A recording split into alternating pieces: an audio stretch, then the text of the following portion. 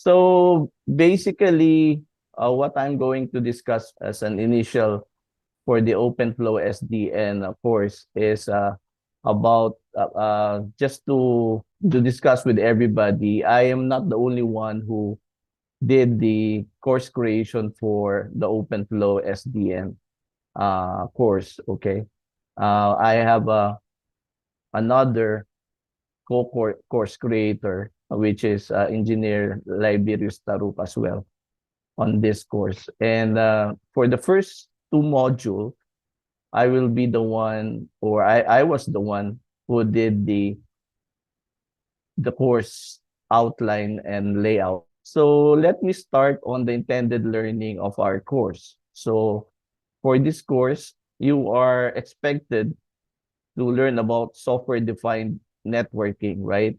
How to differentiate the control plane and the data plane in the SDN environment. And then we will have use cases as well for SDN. So in my case, what I have discussed is the SD1 architecture, which is being applied in the enterprise network. And of course, as the course goes on, the virtualization and the application of OpenFlow and SDN will be discussed or expected to be learned by the enrollees to our course, especially the network function virtualization.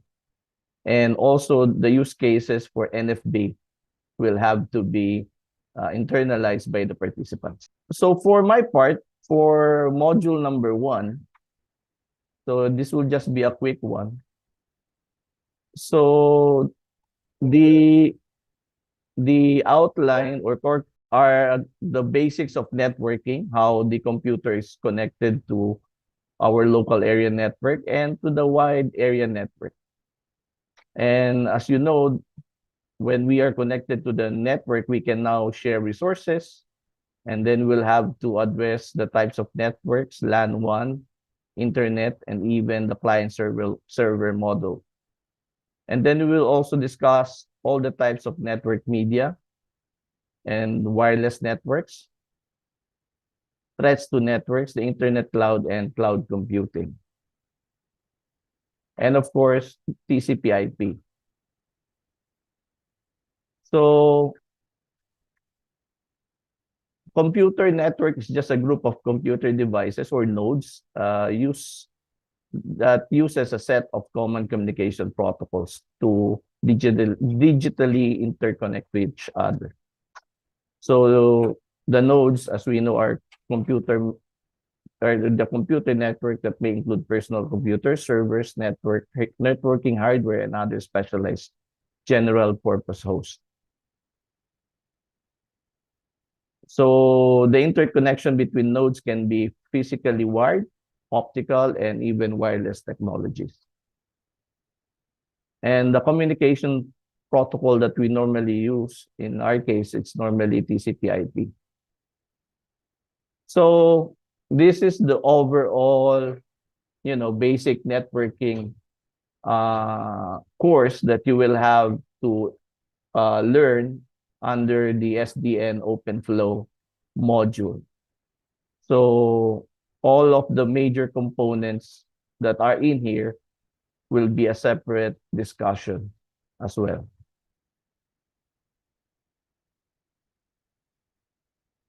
So for the networking devices, we will discuss NIC card, repeater, hub, switch, bridge, router, gateway, and firewall, which is an important component of our network. And once we're done with all the networking devices for each of the overall computer network, then we will go to the protocol that we normally use, which is TCP/IP, and we will have to discuss the IPv4 addressing.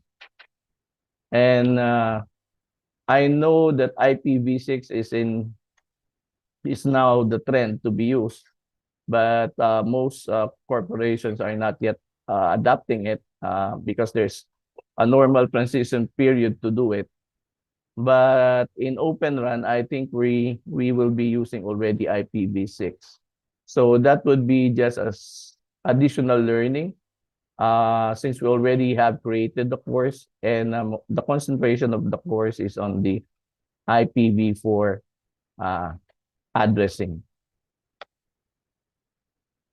So the types of IPv4 addressing will be discussed on how the format is being organized. And then for most part, this is normally 8 to 32-bit length of addressing, where X is the prefix length, customary to the use of zeros or all suffix bits.